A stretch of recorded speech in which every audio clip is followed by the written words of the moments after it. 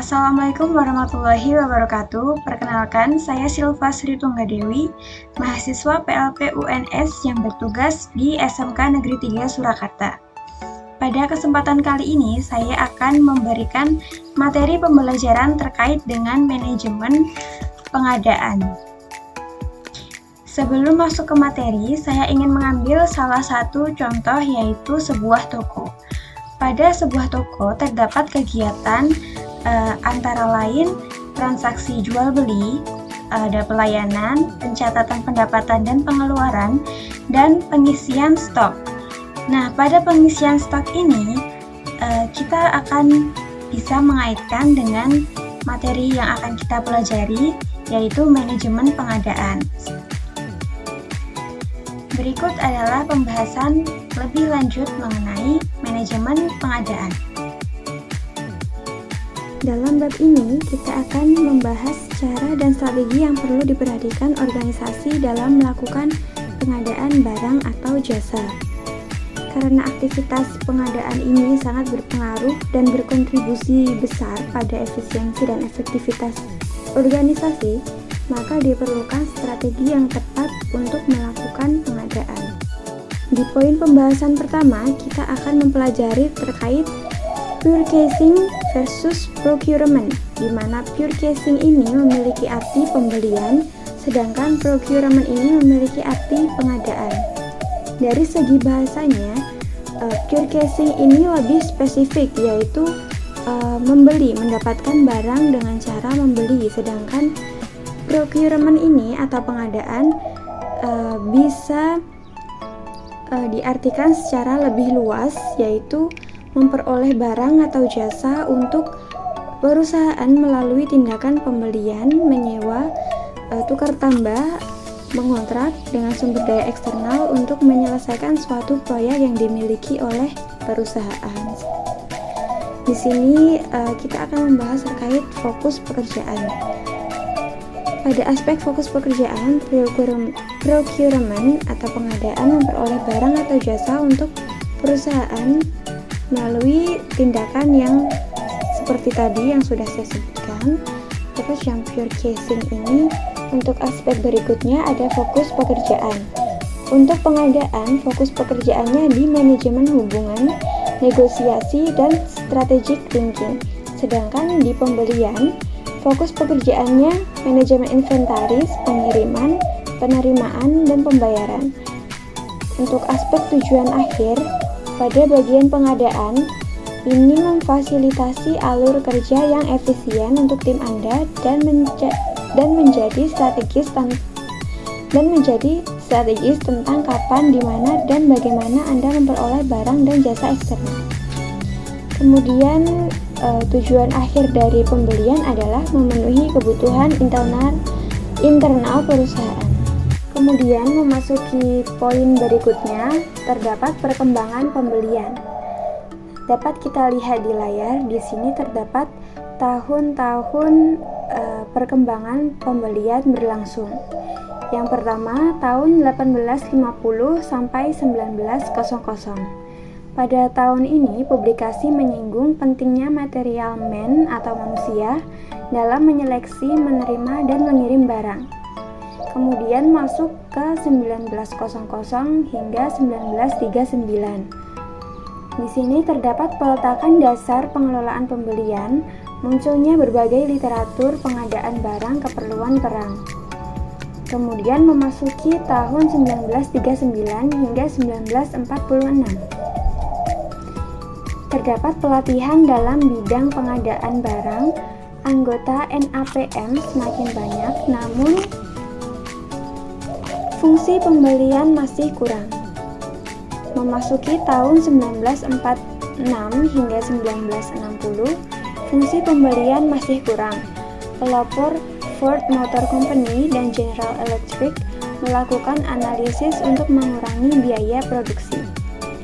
Memasuki tahun 1960 hingga 1970, industri Amerika Serikat mulai mengembangkan konsep material manajemen yang mengintegrasikan pembelian, penerimaan, angkutan, pengendalian mutu, penyimpanan, dan penyisihan barang limbah.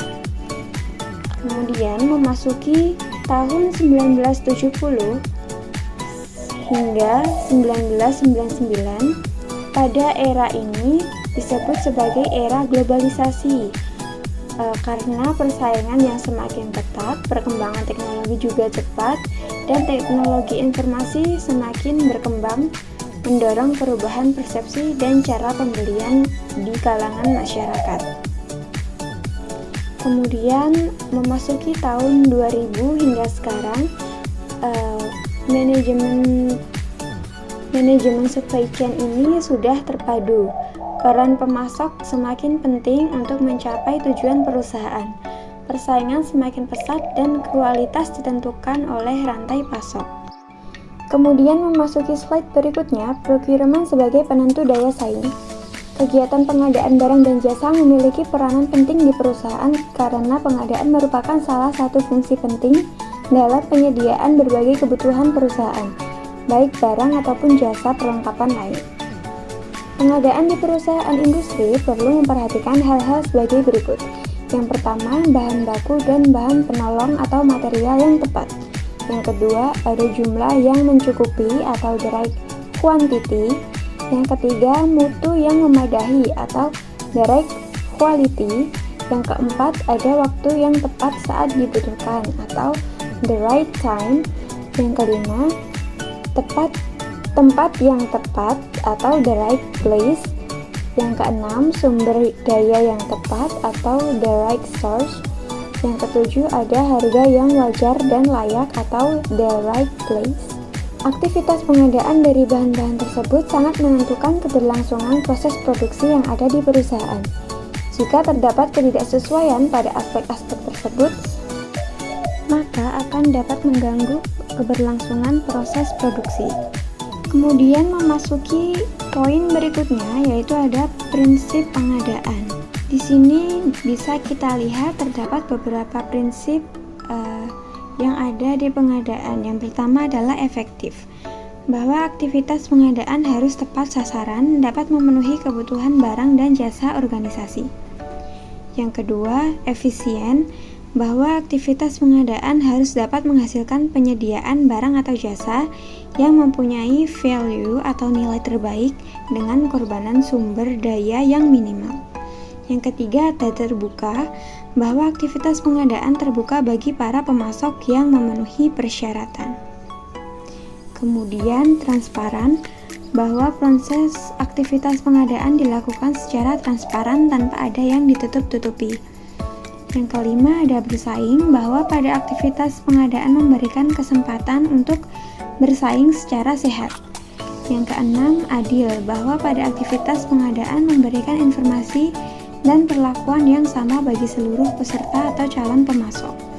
Yang ketujuh, ada akuntabel, bahwa setiap proses pada aktivitas pengadaan harus mampu ditelusuri dan dapat dipertanggungjawabkan.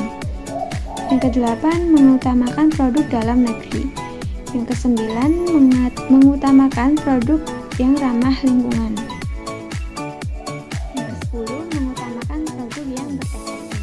Selanjutnya adalah etika pengadaan. Di sini juga terdapat beberapa poin terkait etika pengadaan. Yang pertama adalah tertib dan tanggung jawab.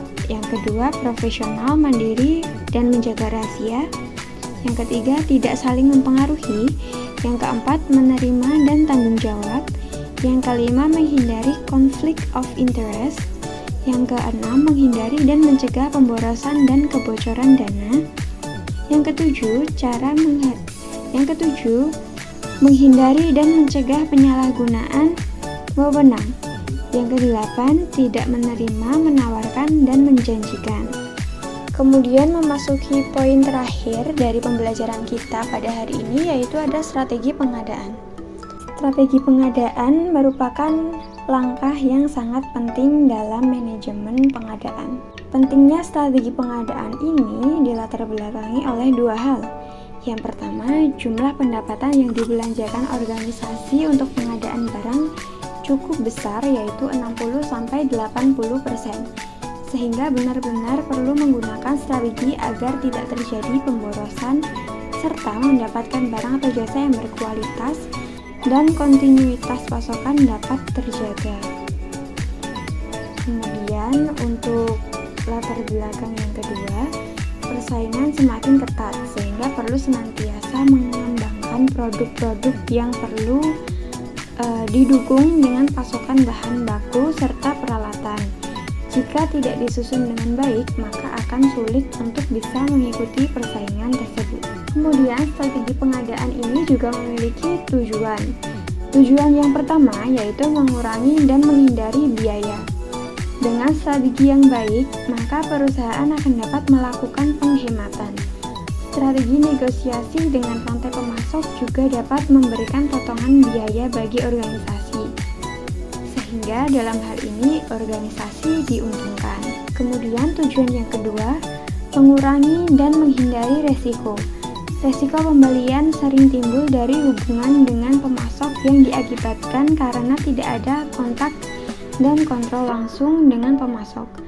Dengan merumuskan strategi yang baik, maka akan dapat memilih pemasok yang dapat dipercaya.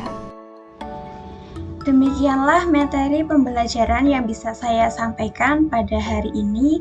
Kita tadi telah belajar bersama mengenai purchasing versus procurement atau pembelian versus pengadaan. Kemudian ada perkembangan bidang pembelian, kemudian ada procurement sebagai penentu daya saing, kemudian juga ada prinsip dan etika pengadaan, dan yang terakhir ada strategi pengadaan. Semoga materi tadi dapat menambah wawasan kita dan akan bermanfaat bagi kita di masa depan. Demikian dari saya. Wassalamualaikum warahmatullahi wabarakatuh.